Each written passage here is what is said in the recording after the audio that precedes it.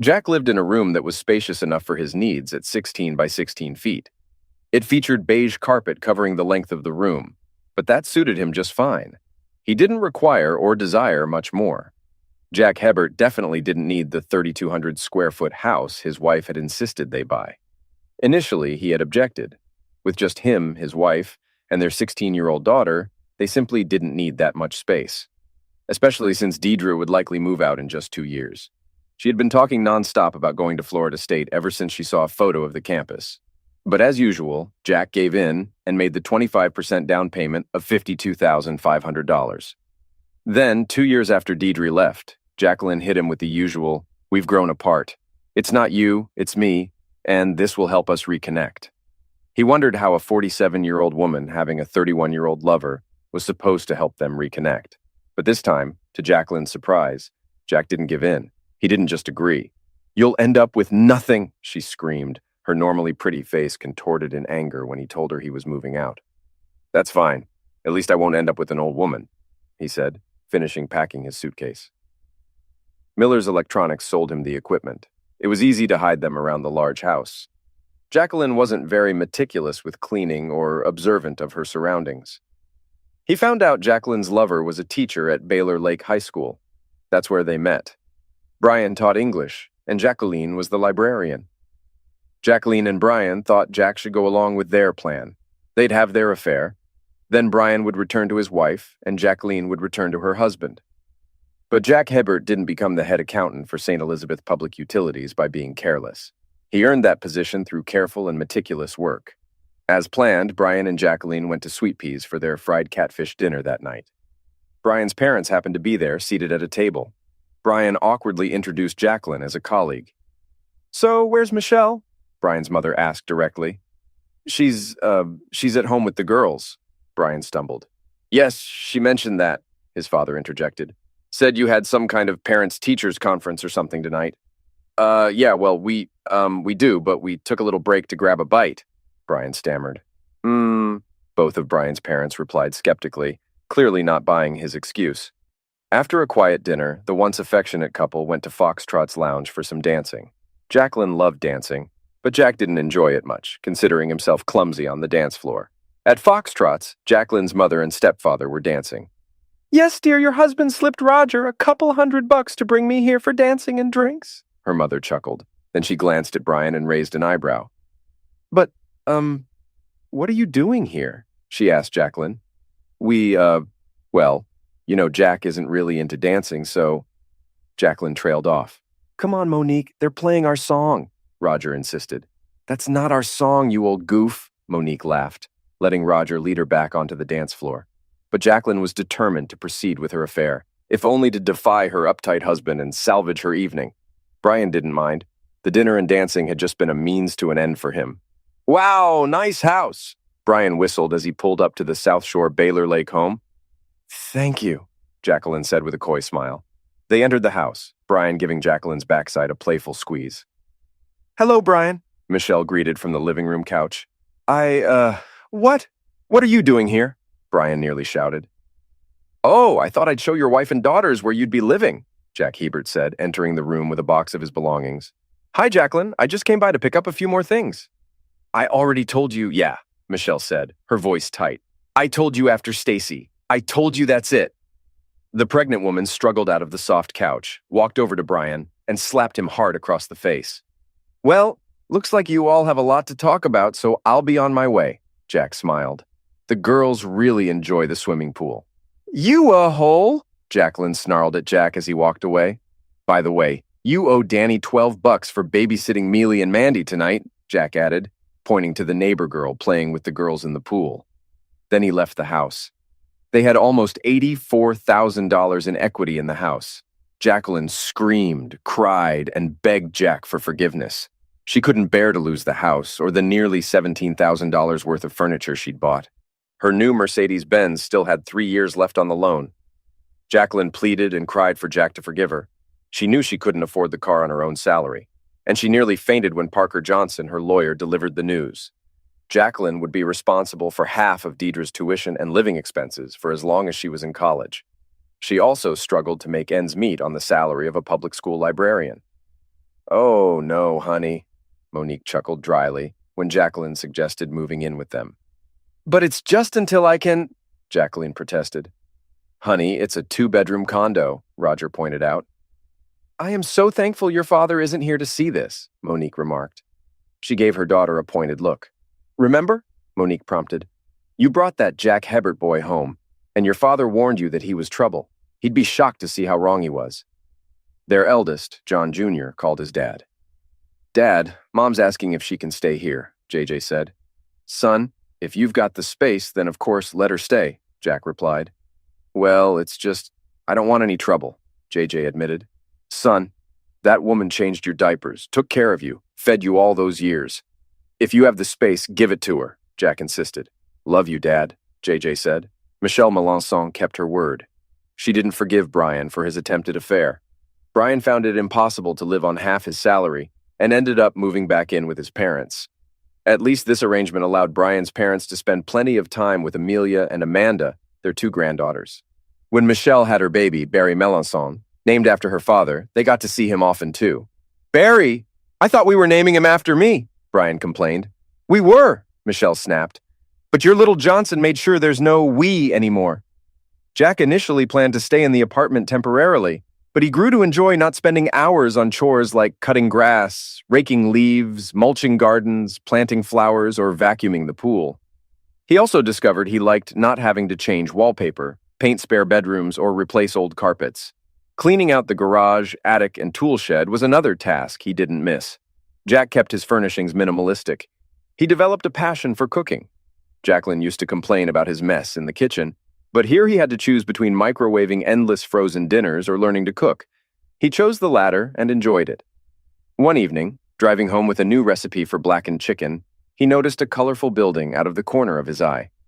Jack had driven past the same building every day without really noticing it. Why he chose to glance over at that moment was a mystery to him. The curtains were drawn back, revealing a plate glass window labeled Kizzy's School of Dance. Inside, 7 couples were gracefully twirling and gliding. A car horn snapped him out of his trance, prompting Jack to turn into the building's parking lot. He stayed in his car, captivated by the sight. An attractive young woman with a radiant smile on her face demonstrated basic dance moves to her students, then encouraged them to practice. Even without hearing the music, Jack imagined the fluid motions and melodies filling his mind as the dancers moved. As the class ended, some couples lingered to chat, while others headed to their cars in the twilight. Jack made a spur-of-the-moment decision and stepped out of his car. Hi, can I help you? The young instructor asked, breaking away from an older couple. Yeah, do you teach singles? I'm not part of a couple, but watching them dance was beautiful, Jack stammered awkwardly, questioning why he was even there. Kizzy smiled warmly and took his nervous hands in hers. Boy, are you in luck today, she assured him. Okay, Jack agreed reluctantly. Come on, let's see what we can do, Kizzy said, guiding him to the front desk. He signed up for her 12-week program and committed to attending on Wednesday nights. 6 o'clock, and I'll introduce you to your dance partner, Kizzy said, handing him his receipt. This really is my lucky day, Jack grinned. Later that evening, as he cooked dinner, Jack found himself humming the music that had played in his head while watching the dancers. Jack first met Jacqueline Adams at Cabrini High School. Her family had recently moved from Stepping Stone, Louisiana, so that her father could work at the Baggett mattress factory. She was attractive, but not notably standout among the other beauties at Cabrini High School. Jack Hebert was far from standing out among the elite at Cabrini High School. He wasn't particularly good-looking, wealthy, or athletic. He didn't own a nice car, didn't have a poetic soul, and couldn't dance. But he was intelligent. After being overlooked by the popular crowd at Cabrini High School for a few weeks, Jacqueline Adams was thrilled when Jack Hebert quietly invited her to Jade Garden for Chinese food. When her father dismissed Jack Hebert as a deceitful person, Jack gained some respect in Jacqueline's eyes. Cabrini held an autumn formal, and Jacqueline expected Jack to ask her. As the event neared, she finally asked him when he planned to invite her. I can't dance, he confessed to her, so she went with Joe Manzella instead, and suddenly Jacqueline and Joe became a couple. Jack felt a bit disappointed and hurt, but he was also practical. They were both 18 and free to date anyone they wanted. In a few months, he would attend the University of Southwestern Louisiana in Lafayette, while Jacqueline could go wherever she wanted, likely never crossing paths again.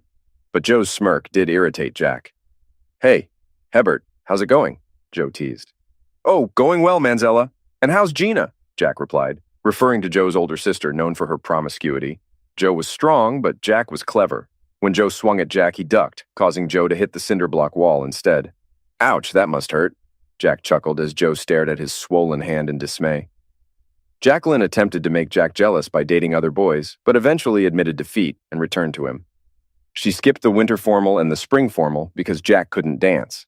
29 years later in apartment 2B, Jack was eager to finally learn how to dance. It was Wednesday, and Jack dressed in his burgundy shoes, medium brown suit, light blue shirt, and burgundy tie. Those burgundy shoes were the most comfortable pair he owned. "I could have sworn today was Wednesday," Jill, an administrative assistant from Human Resources, remarked, as Jack walked past her cubicle. "It is Wednesday," Jack replied. "No, Wednesday is navy blue day," the young woman grinned. "You usually wear your blue and gray tie, or the one with the yellow dots." "Not anymore," Jack grinned back, mixing things up a bit. "Is that a new suit?" Rhonda, another accountant, asked. "No, it's his Friday suit," Bill, one of the IT guys, chimed in. "Oh," Rhonda nodded, staring at Jack curiously for a moment before returning to her computer screen. "No, Bill, look. It's stuck on something. I can't get to the next page." If wearing a different suit caused a small stir in the office, Jack leaving 20 minutes early nearly caused a panic. He drove to Tommy's Po' Boys, a small restaurant next to the dance school, and almost ordered his usual ham and cheese with olive dressing. "No, you know what? Give me a large shrimp. There's hot sauce on the table, right?" "Yeah, shrimp and a Coke," Jack ordered. He enjoyed his sandwich thoroughly, checked his watch again, and then walked next door. Nervously sucking on a mint, Jack stood apart from the other patrons, who were all couples. "Great, you're here," Kizzy exclaimed upon spotting Jack. "I'd like you to meet Michelle Melançon, your partner." The last time Jack had seen her, Michelle had been 7, almost 8 months pregnant. All he remembered was that she was a pretty, plump young woman with 2 very pretty little girls, and her face had been blotchy from tears and red with anger. Michelle Melançon stood at 4 feet 11 inches and probably weighed around 170 pounds. Her face was small and round, with a button-like mouth, a short nose, and big brown eyes that were also round. Her bright carrot orange hair was tightly coiled and kept fairly short. Her breasts were more than a handful. Her belly still carried some baby fat. Her hips were round and her backside was also round. In her snug jeans, her thighs looked thick and round. Michelle's entire appearance was rounded. "Hi, Bubbles," Jack greeted her without thinking, which made her burst into laughter. "Why you call me that?" she chuckled. "I don't know," Jack admitted, blushing slightly as they became the center of attention among the other couples. "It just came to mind."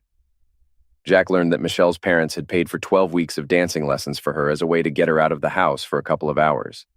When Michelle arrived for her first lesson, Kizzy had no male partners available for her. Michelle didn't mind and sat watching the class, admiring their movements. "Then Kizzy texted me to come here this Wednesday," Michelle bubbled. By the end of the first lesson, Jack was covered in sweat. He had to remove his jacket halfway through, and then Michelle reached up, loosened his tie, and unbuttoned the top button of his shirt without thinking. "There, isn't that better?" she asked as they danced another box step.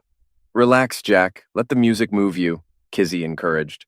When the lesson ended, Michelle eagerly took his hand. "Will you be here next week? Please say you will. I had such a great time," she bubbled. "You had fun? Dancing with an old guy like me?" he teased, picking up his suit jacket.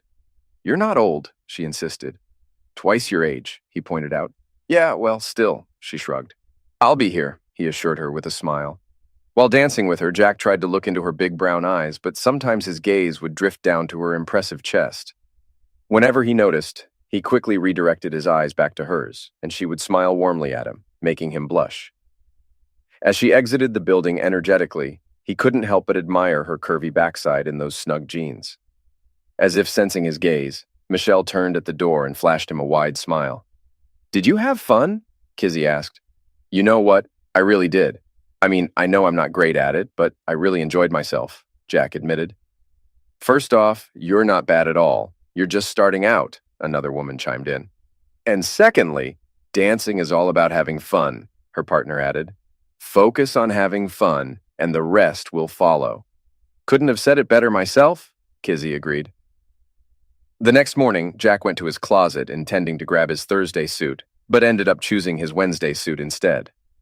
Now I'm completely confused, Jill teased as he walked down the hallway. He just smiled. His cell phone buzzed and he saw it was JJ, so he answered. Dad, you won't believe this, but Shauna... JJ began nervously over the phone. Is your mom driving you crazy? Jack interrupted. Yeah, did you hear the school let her go? JJ asked. No way, Jack exclaimed. Yeah, and that guy Brian, too, JJ confirmed. Wow, Jack responded. Any idea why? Did she say... No, I tried asking, but she just said she doesn't want to talk about it, JJ explained. Jack recognized that phrase. Jacqueline used it whenever she was in a tight spot and wanted to avoid discussing something. And with Shauna, the baby is due soon and... JJ continued. All right, I'll talk to her, Jack sighed. They met at Jade Gardens. Jack couldn't help but smile sadly. Clearly, Jacqueline thought it was a date. She had applied heavy makeup and squeezed into a dress with a low neckline. A year ago, Jack might have been excited to see her dressed like that, anticipating a romantic evening. But today, the outfit seemed worn and ill-suited for an older woman not aging gracefully. Well, don't you look nice, he said kindly, taking his seat across from her. Thank you, and you look... Is that a new suit? Jacqueline noticed. Yeah, I wore the wrong one the other day and almost gave everyone a heart attack, Jack chuckled. Realized I'd become too predictable, so I donated all my old suits to Goodwill and got all new ones. Well, that must be nice, Jacqueline said bitterly. Yes, it is nice, Jack replied cheerfully. The waitress approached and asked if they were ready to order. You know, Jacqueline, I know your usual order by heart. You get the same thing every time, Jack remarked. But I bet you $1,000 you can't guess what I want. She stared at him, trying to think of his usual order. Ready to order? The waitress asked again. She'll have spring rolls and sweet and sour pork, right? Jack said. Right, Jacqueline confirmed. And I'll have sweet iced tea and kung pao chicken with fried rice. Jack finished the order. So, how have you been? Jacqueline inquired. I'm good, Jack replied. Work's going well, got a new place to myself, just mentioned my new suits. Prices have gone up since our last purchase, and Rhonda announced she's pregnant, so I'll need to find a temp. And you? The waitress set down his sweet iced tea, and Jack nodded in thanks. Jacqueline complained about losing her job, living with JJ and his wife, and feeling disliked by Shauna. Deidre was still upset with her, but Penelope and Percy were at least kind to her. But neither of them has any room, she concluded sadly. Well, get your own place, you're an adult, Jack suggested as their food arrived. With what? My good looks? Jacqueline snapped. I just lost my job, remember? Well, if you can't use your looks, try your charming personality, Jack joked. Screw you, Jack, Jacqueline retorted. Let's just eat, Jack said. Seriously, every time I order this, it seems hotter than the last. As Jack ordered a bowl of chocolate ice cream for Jacqueline and Neapolitan for himself, she brought up the idea of getting back together. No way, he grinned, even as she leaned forward, revealing her sagging breasts. But why not? She almost yelled. So I can wait around for the next time you say we've drifted apart, and it's not you, it's me needing excitement, just closeness to strengthen our relationship? Jack asked, spooning some ice cream into his mouth. Jacqueline thought about throwing her ice cream at him and his fancy suit. The waitress returned and dropped the bill on the table. Jack quickly checked it and placed his credit card on the tray. The waitress hurried away without a word. It could have been hormones, Jacqueline suggested. I'm getting older. My periods are becoming irregular. Instead of seeing Dr. Pellier about it, you decide to be with another man, Jack said, signing the bill and leaving a flat 15% tip. But he understood. You were always too busy, and Brian... Jacqueline whined. I was busy with all the stuff you insisted had to be done right then, Jack said, standing up. I was always running around with our daughter. He shook his head sadly. I've heard all these excuses. My fault. Hormones. Brian listened, Jack said. But I haven't heard Jacqueline say she's sorry, or admit it's her fault. But I am sorry, Jacqueline said quickly. JJ and Shauna need that room for their baby, Jack said. So you need to find a nice little apartment or something. St. Elizabeth Courthouse has a program to help you find a job. Use it. Jacqueline burned another bridge. When she got back to JJ and Shauna's small bungalow, she screamed at Shauna, calling her names. Thanks, Dad, JJ said with bitterness in his voice on the phone. Nope. I talked to your mom and told her you guys needed that room for the baby, Jack argued. Whatever she said or did after that, that's her responsibility. Jack caused a stir at St. Elizabeth's Public Utilities when he showed up on Friday. Instead of his usual medium brown suit, he wore khakis and a button-down shirt. But when 5:10 rolled around the next Wednesday, Jack emerged from his office wearing snug blue jeans, a baby blue pullover shirt, and penny loafers, with his suit draped over his shoulder. It sent a mild shockwave through the building. "And you're leaving 30 minutes early?" Rhonda asked. Go, Jack," Garrett from IT cheered. At Tommy's, Jack ordered a fried oyster po' boy and a cola. After finishing, he had to admit that the hot ham and cheese with olive dressing was still his favorite. "Well, hey, you never know until you try," he mused aloud.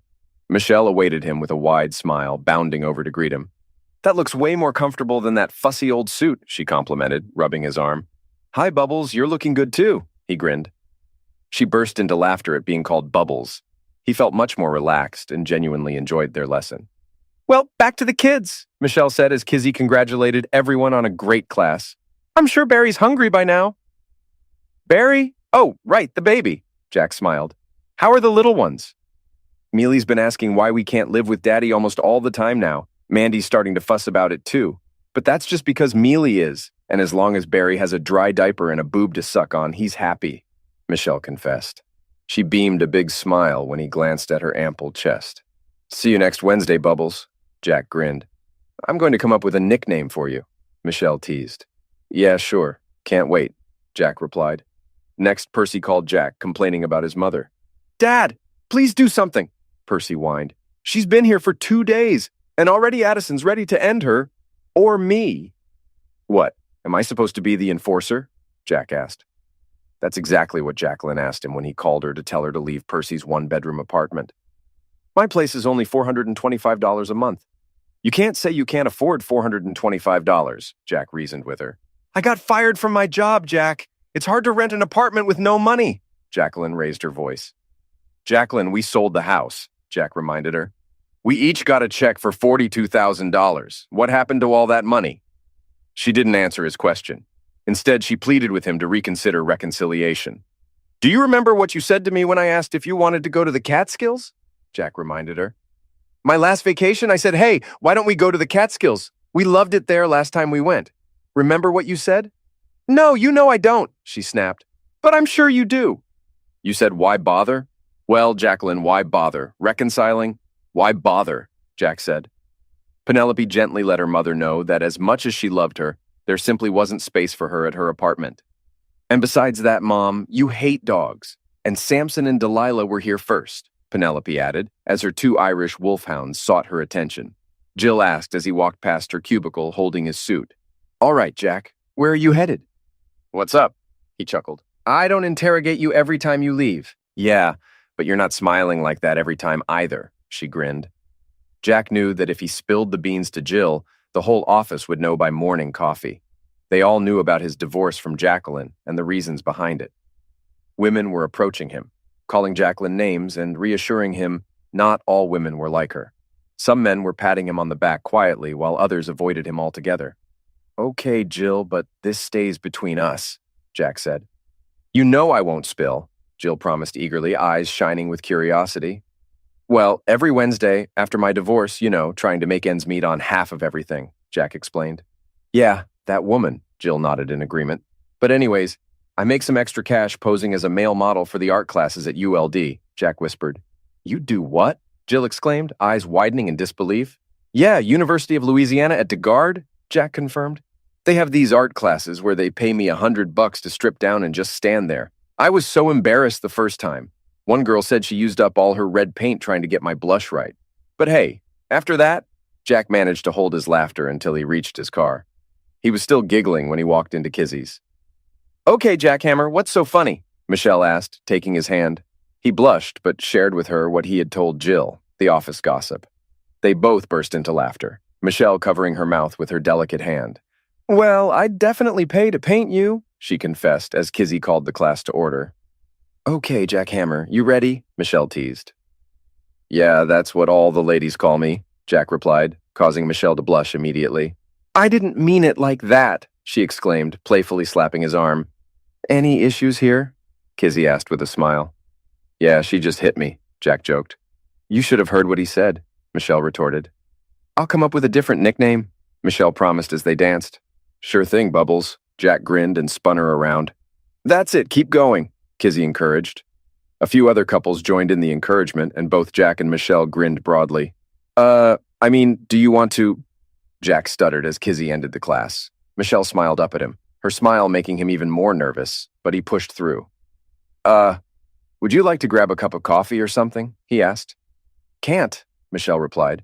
Remember, I'm breastfeeding. Oh, right, I totally forgot, Jack nodded in agreement. But how about a big malt at Clark's? Michelle suggested, taking his hand in hers. Yeah, that sounds great, Jack agreed, smiling through his blush. We'll take your car, Michelle decided. However, when she saw that Jack drove a smart car, she nudged him toward her minivan. I'm not squeezing into one of those, she declared. It's like trying to fit a basketball into a golf ball. Come on, they're bigger than they look, Jack protested, but he got into her minivan. She sent a quick text to her parents letting them know they were stopping at Clark's. Yes, it's a date, she texted back when her mother asked. Before they could make the short drive from Kizzy's School of Dance to Clark's drive-in, Michelle's phone buzzed 8 times. Do you want to answer that? Jack asked. No way, it's my family trying to drive me crazy, she said after glancing at her phone. Michelle got a large chocolate malt, and Jack opted for a vanilla cone dipped in chocolate. So, Jack Rabbit, why did you decide to take up dancing? Michelle asked, as Jack watched the cute waitress skate away, her backside outlined by the familiar red shorts. Jack Rabbit, huh? Jack grinned. Yeah, that's what my lady friends like to call me. Forget it, Michelle laughed as her phone buzzed again. And stop checking out all those girls in shorts, she ordered. Oh, I was just thinking about how good you'd look in them, Jack blurted out before he could stop himself. Before she could respond, a police car pulled into the space next to them. Seriously? Michelle exclaimed as her older brother stepped out of the police car. Is there a problem with your phone? Officer Richard Voisin asked his younger sister. No, I'm ignoring it, just like I'm ignoring you, she snapped. Uh-huh, Richard smirked. Hi, I'm... Jack began to introduce himself. Jonathan Archibald Hebert, Sr., Richard interjected. I ran the tags on your car. Really? Michelle groaned. Can't I just enjoy my malt in peace? Richard affectionately pinched his sister's nose. After what Brian did to you, we can't let just anyone into the family circle without checking them out, Richard said, nodding at Jack. Don't worry about answering your phone, he assured Jack as he started to walk around his car. I've already given everyone the all clear on Jack. I hate you, Michelle yelled at him. Uh-huh, love you too, Richard chuckled, opening his door. You should bring him over on Sunday. Jack chuckled, and a moment later, Michelle joined in. I'm so sorry about that, she said. What an awkward first date, huh? Actually, I think this is turning out to be a great first date, Jack replied. And that's what I'm going to call you, she giggled after taking a big slurp of her malt. Archibald, huh? Archie? Oh, please don't, he protested. Oh, but Archie, she teased. Her phone buzzed a few more times, but she ignored it while they enjoyed their ice cream treats. When she parked next to his car, the only one in the lot at Kizzy's School of Dance, they continued their quiet conversation. Michelle noticed Jack becoming increasingly nervous. You trying to kiss me, Archie? She finally asked. Yeah, I want to, he admitted. She grabbed his shirt front and kissed him. Give me your phone number. You're coming over for Sunday dinner, whether you like it or not, she insisted after they pulled apart. 31 messages? She exclaimed, checking her phone again. Seriously? After another long kiss, Jack stepped out of her car, waved, and drove off, leaving her to deal with 31 text messages. Jack entered the building, and Whitney, the friendly but somewhat naive receptionist at the lobby desk, blushed as she greeted him. Up on the 3rd floor, some women blushed too, while others avoided making eye contact. A few of the men chuckled, and Garrett flashed him a thumbs up. Then Jack recalled what he had joked about with Jill the night before, and couldn't help but burst out laughing.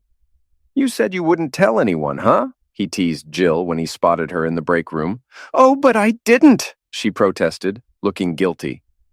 That Sunday, he passed inspection, especially since he wore his Saints pullover shirt with khakis. And look at that, the man knows how to tuck in his shirt, Michelle's father, Barry Voisin, remarked to Michelle's older brother. Mr. Archie, can we go swimming at your house again? Asked Amelia, Mealy Melançon. Well, I'm sorry, sweetheart, but I don't live in that house anymore, Jack explained. Then he remembered his apartment complex did have a swimming pool. Often, he would return home from work to find various people lounging around the pool. But my apartment does have a swimming pool, he offered. Can we go swimming at your apartment? Mandy asked eagerly. Sure thing, Jack agreed. Do you really want to see this body in a bathing suit? Michelle whispered mischievously. Absolutely, Jack replied with enthusiasm. Aw, Chi, you're so naughty, she laughed aloud. He passed inspection again, especially when he told Barry and Richard that he usually went to Red's sports bar to watch the Saints play. Oh man, they used to have the hottest wings. I swear, your tongue would go numb after eating them. Do they still have those wings? Barry inquired. Yes, both Jack and Richard confirmed. If anyone found it a bit odd that Michelle's boyfriend was 20 years older than her, no one mentioned it. Jack and Barry both reached for the final biscuit to mop up the last of the rice, gravy, and smothered steak. Marie Voisin playfully tapped Barry's knuckles with her spoon. He's our guest. You give him that biscuit, she instructed her husband. But I really need that biscuit, Barry complained, patting his full belly. I'm about to waste away here. Well, I wouldn't want that to happen, Jack chuckled. Go ahead and take it. No, you look hungrier than me, Barry grinned broadly. All right then, see you on Wednesday, Jack said as he said goodbye to Michelle's 6 siblings, Mealy and Mandy, her parents, and everyone else. Do I have to wait that long? Michelle asked. Well, no, we can go to side by side and then foxtrots. We've practiced enough, right? Jack suggested. Ooh, side by side, Marie chimed in. Barry, why don't you ever take me to side by side? Because I'm cheap, Barry joked. We're taking my van. I'm not getting in that tiny thing you call a car, Michelle teased, wrinkling her nose at Jack's smart car. Oh, come on. That's a Mercedes-Benz, Jack insisted. That's no Mercedes-Benz. Michelle laughed. Yeah, it is. It's made by Mercedes-Benz, Jack explained. They hugged and kissed for as long as they felt comfortable, with Michelle's entire family watching. Jack promised he'd be there at 6:30 the next evening. Jack marveled at how easily he slipped back into the dialect of his youth. His maternal grandparents spoke mostly Cajun French, while his paternal grandparents spoke heavily accented English mixed with Cajun French when they were excited or frustrated. Many dinner table conversations were a blend of both languages. When Henry Jonathan Hebert and Elise Cynthia Arnaud Hebert wanted to keep something from their children's ears, they spoke in Cajun French to each other. Little did they know, their 3 boys understood Cajun French perfectly well. In high school and college, Jack gradually lost his accent. As an administrator at St. Elizabeth's Public Utilities, he made a conscious effort to speak clearly without his Cajun twang. But an afternoon at the Voisin family table brought his heritage right back. He went online, found Side by Side Steakhouse's number, and left a message for a table for 2 at 6:45 the next evening. Even a call from his ex-wife didn't ruin his good mood. Hi, Jack, it's me, she said sweetly. Yeah, I see that, he replied, resisting the urge to slip into a Cajun accent. Jacqueline used to make fun of the accent when his parents couldn't hear. She also criticized their cooking, calling it unhealthy. Grease isn't food no matter what y'all think, she'd sneer. So Jack was careful not to give Jacqueline any more reasons to criticize him. So, how have you been? She asked. I've been all right, you know, Jack said, then cringed. Well, I finally did it. I got myself a little place, Jacqueline said. Oh, that's good to hear, Jack responded. So, I was thinking maybe you'd like to come over? Jacqueline coaxed, turning on the false charm. What? Why? Jack questioned. Oh, you know, see the place. I'll make stuffed bell peppers, your old favorite, remember? Jacqueline said.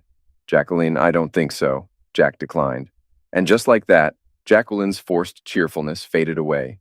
She turned whiny and self-pitying, mentioning that none of their children would talk to her anymore. Deidre, my baby, she hung up on me, can you believe it? She sobbed.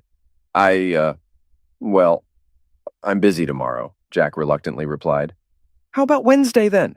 Jacqueline quickly suggested, her tears drying up as fast as they had started. No, I've got plans on Wednesday too, Jack said.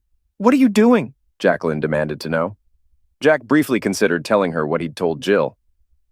I'm taking a course at school, brushing up on a few things, he said. It wasn't entirely untrue. Over the years, he had taken courses at the University of Louisiana at DeGard to sharpen his skills. He just didn't feel like mentioning that he was refining his dancing skills. Well, how about Tuesday then? She proposed. Yeah, okay, Jack agreed. At 10:30 on Monday morning, a young woman named Lacey called his cell phone to confirm his reservation for 2 at Side by Side Restaurant at 6:45 that evening. We look forward to seeing you, Mr. Hebert, Lacey said cheerfully. Not as much as I do, Jack joked, and Lacey giggled. Michelle also giggled when Jack called her to remind her about their date that evening. Like I'm thinking about anything else, she asked. With a love you, Achi, Michelle ended the call. Jacqueline had not said love you until they had known each other for nearly a year. Even then, it was only in response to Jack's own declaration of love. Jacqueline had never used any terms of endearment with him. The only time she called him honey or baby was when she wanted something. Once again, at 6:30, Jack had to greet Michelle's entire family. Her parents, brothers, sisters, nieces, nephew. She only had one nephew named Richie. Mealy, Mandy, and Barry, who flashed him a toothless grin. Michelle wore a slightly snug dress that clearly was her best outfit bought long ago, likely before she was pregnant with Amelia. Damn, Bubbles, I should have gone home and dressed fancier, Jack commented, though he was already in a sharp black pinstripe suit, crisp white shirt, and a bold red tie. Why? You look good, she replied.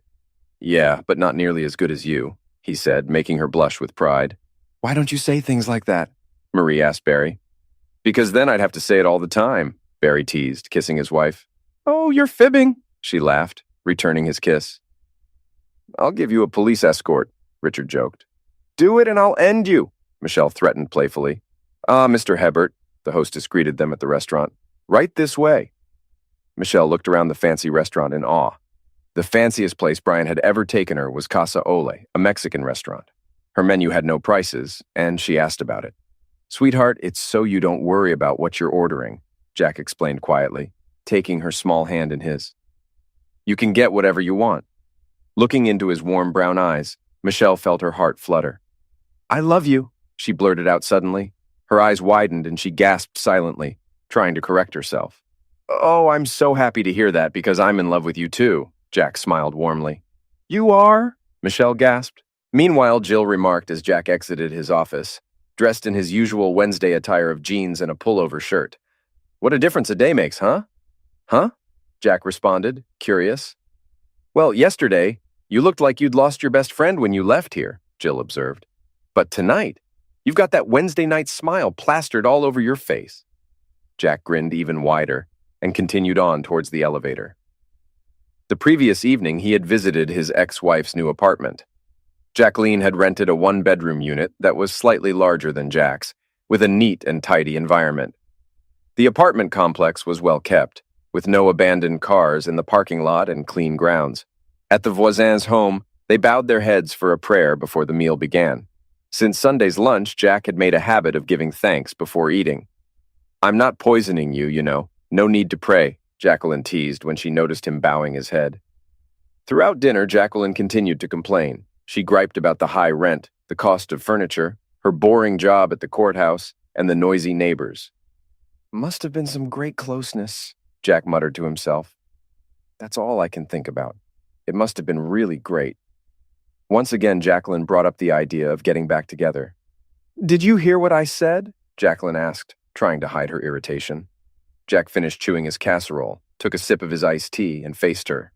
Why did you cheat on me? He asked directly. What? What does that have to do with... Jacqueline stammered. It has everything to do with it, Jack replied firmly. He placed his napkin on the table.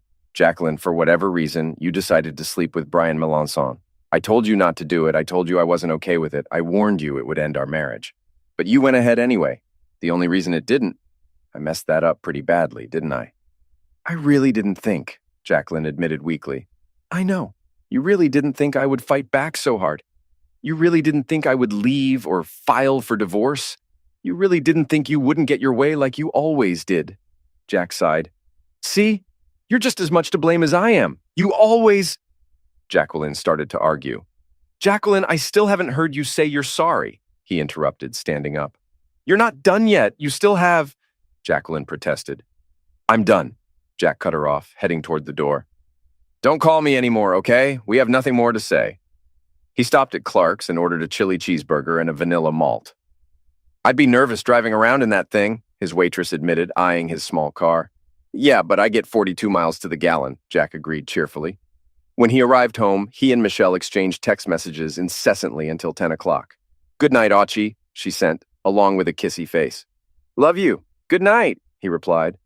Love you more, came her response. I know, he chuckled back.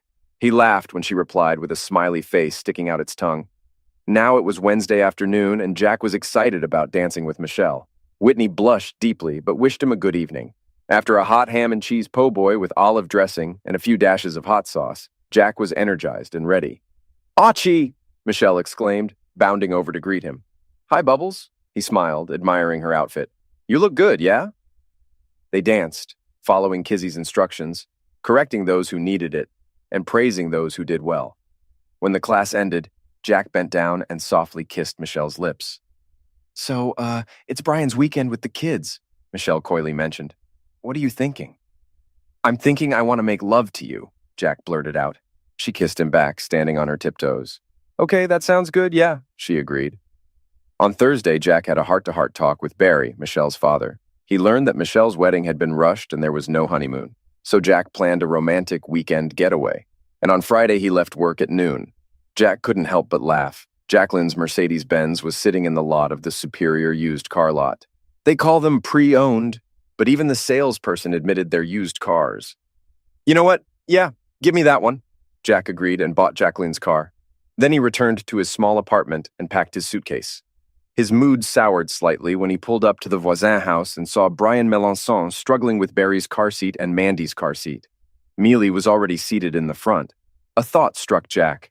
"Here, let me help," he said, taking Barry from Brian. "You get Mandy." "Hi, Mr. Archie," Mealy greeted him. "You're not going to hit me, are you?" Brian asked nervously. "Huh? No, go ahead, get her," Jack reassured him as he quickly secured Barry's car seat. Jack kissed Mealy on the forehead and kissed Mandy, too. "Can I talk to you for a minute? How about Monday night?" Jack asked Brian. "Monday? No, I'm not busy," Brian agreed. Jack then helped Michelle with her suitcase. The 2-hour drive allowed them plenty of time to chat and get to know each other. Michelle shared that Brian had been a friend of her brother Richard's and had always been kind to her.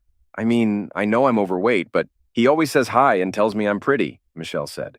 "Hi, you're pretty," Jack replied. "And because I'm allergic to latex," Michelle added. "I think I know what you're going to say," Jack said with a slight grimace. He had bought a pack of protection, but if Michelle couldn't use latex, they'd have to decide whether to take the risk. Jack hoped, with Michelle looking stunning in her snug pink blouse and khaki shorts, that they'd take the chance.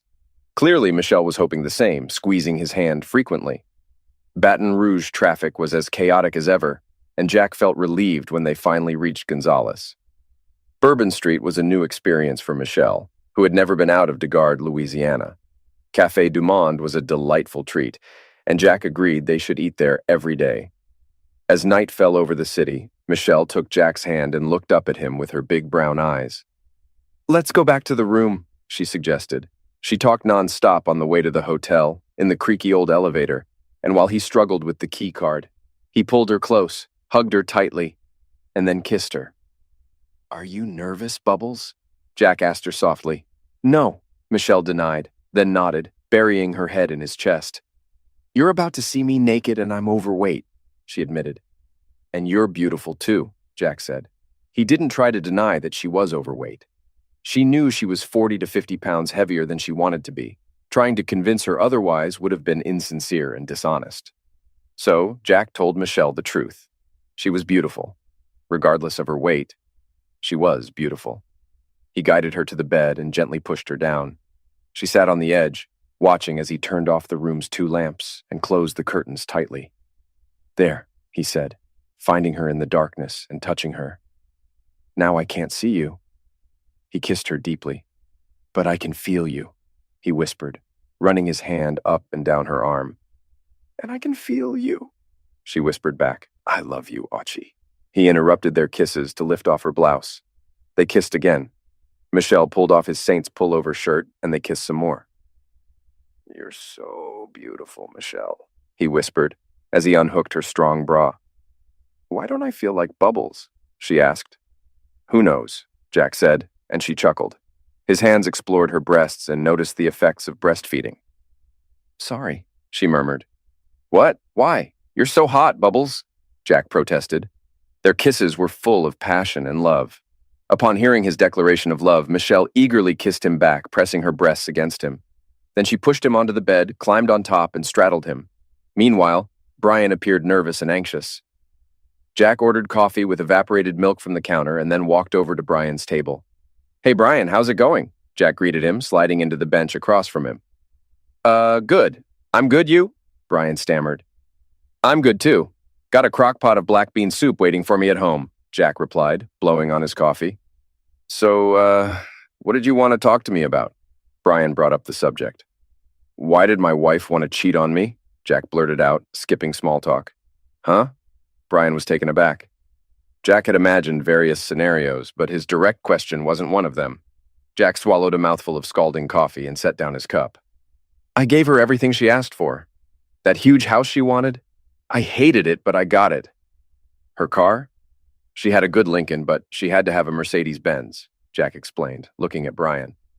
I'm just trying to understand. I gave her everything. Never cheated, never mistreated her. And then she decides to have a fling. I'm trying to figure out why. She was feeling old, Brian offered. What? So am I. We're all getting older, Jack protested. Brian raised his hand. You asked why, but you won't hear it if you keep talking, Brian said. They stared at each other silently for a moment. Finally, Jack nodded in agreement. She's getting older, Brian continued. Her youngest is out of the house now, Deidre, right? Deidre, Jack confirmed. She's feeling old, maybe not as desirable, Brian elaborated. He smiled and shrugged. All it took was a compliment like, you look nice today, or your daughter's old enough for college and she was happy, Brian confessed. I always told her she looked good, Jack said angrily. Yes, but coming from you, it's different, Brian explained. You're the husband. It's expected from you, but it doesn't count the same way. Brian finished his coffee and glanced at the counter. Go ahead, Jack said. Get yourself another. Brian got up and returned with a fresh cup. Anyway, she's smiling at me, flirting a little. It's flattering when a younger guy pays attention, Brian continued. He blew on his coffee, then winced when he burned his lips on the hot mug. It's hot, Jack agreed, sipping his own coffee. That's how I ended up with Cindy, the school secretary, Stacy, the chemistry teacher. That's the one Michelle caught me with, Brian confessed. Both men sat silently for a moment. All it takes is a little attention, and then they start complaining about their husband. He ignores them, doesn't take them out, prefers to sit around watching TV, Brian said. He took another sip of coffee, grimacing slightly at the heat. You just got yourself that smart car, Brian recalled. And all I had to do was ask if you were still upset about the Saints losing season, and she started listing all your faults. Brian shrugged. Oh, he bought a new car? How selfish. He doesn't take you dancing? Prefers football? I bet he's not good to you in bed either, is he? Brian mimicked. Forget that I'm busting my ass for her every day, Jack snapped. Most husbands do, Brian admitted, but all I have to do is suggest it's not enough. Jack finished his bitter coffee, thinking to himself more than to Brian. And Michelle fell for you? He muttered. Oh, her? Always the chubby kid? Just had to tell her she was cute, Brian scoffed. Worst mistake. He stopped short, remembering he'd seen Jack outside Michelle's house the previous Friday. As the serpent left the Garden of Eden, he became an English teacher, Jack thought to himself, standing up. He couldn't help but grin. Brian Melanson knew how to charm women, but Michelle had confided in Jack that Brian wasn't great in bed. Michelle had revealed that Brian didn't enjoy giving BJ on her. Jack showed who's the best lover around here, smiled politely, bid Brian goodnight, and exited Jitter's coffee house. Jack drove back to his small apartment, dished out some black bean soup, and added extra hot sauce to spice it up. He and Michelle exchanged text messages throughout the evening. On Tuesday morning, Jack woke up not just with a smile, but also without feeling like a failure or a loser, a feeling that had plagued him for some time. He had carried lingering questions about why Jacqueline had cheated, whether it was her first time and where he had gone wrong as a husband and provider. However, he now saw more clearly that he hadn't failed. While he might have lost focus at times, it wasn't solely his fault. He also realized he had outgrown the bachelor pad he was renting. Epilogue. It was their 12th dance lesson that evening. Jack had enrolled them in 12 more lessons and paid for both his and Michelle's sessions, despite Barry offering to pitch in. Why do we have to go to McDonald's? Mealy asked, holding one of Jack's hands while Mandy held the other. Because they have hamburgers, French fries, and you can get a milkshake. Plus, there's a playground slide. And there's a toy in the box, too, Mandy added. As Jack and Michelle gracefully twirled on the dance floor, their movements fluid and beautiful, Jack looked down at Michelle with a smile. She looked back up at him, her face flushed with happiness and excitement. It's hard to believe 12 weeks ago you didn't know your left from your right, Kizzy complimented. The music began to fade, and Jack spun Michelle away from him. Then, as Michelle spun back toward him, Jack knelt down on one knee. Michelle looked at him puzzled. The other couples stopped dancing and turned their attention to Jack and Michelle, standing in the center of the large room. Michelle Voisin, I love you with all my heart, Jack declared loudly and confidently. Will you marry me? He presented a stunning yellow gold ring adorned with a 1-carat diamond flanked by 4 smaller diamonds. Michelle stared in awe at the ring, then threw herself onto Jack, bringing him down to the floor as she kissed him passionately. Oh, Archie! She exclaimed with laughter. The other couples clapped and cheered, enjoying the joyful scene as Jack struggled to stand up again. I suppose that's a yes? Kizzy teased, as Michelle finally released Jack. And all of you are coming to our wedding, got it? Michelle declared, admiring her ring. Seriously, Dad? JJ joked when Jack shared the news. My stepmom's younger than me? Deidre pretended to be dismayed that she wouldn't be the baby of the family anymore. Mealy assured her that being a big sister would be fun. It's awesome, she explained. I get to stay up 15 minutes later because I'm the big sister. So, I get to stay up 15 minutes later than you? Deidre asked playfully. Yep, Mealy confirmed. Dad, why do they keep calling you Mr. Auchie? Percy inquired as they toured Jack's new house. JJ, Shauna holding their son Trey, Percy with his wife Addison, whose belly looked ready to pop at 8 months pregnant, Penelope with her partner Alyssa, and Deidre all turned to listen to the story. The first time I met Michelle, I called her Bubbles, Jack explained. Bubbles? Alyssa queried, her Cupid doll face creased with a smile. I don't know, she was just so lively and cheerful, and it just slipped out, Jack confessed. And then I discovered his middle name is Archibald, Michelle chimed in, squeezing his hand. And he's a huge Saints fan, Penelope nodded in understanding. Archie Manning is still the greatest quarterback the Saints ever had, JJ, Percy, and Penelope echoed what they'd heard all their lives, while Mealy and Mandy showed their new older siblings the stakes marking where their swimming pool would be dug. Deidre sidled up to her father. Sorry, Dad, I accidentally let it slip that you and Michelle are getting married next Saturday, Deidre admitted. Honey, so what? I'm not hiding it from your mother, Jack shrugged. He smiled as Mealy assured Shauna that she'd teach Trey how to swim. Well, she got kind of upset, Deidre added. It's her own darn fault, Jack said. She's the one to blame.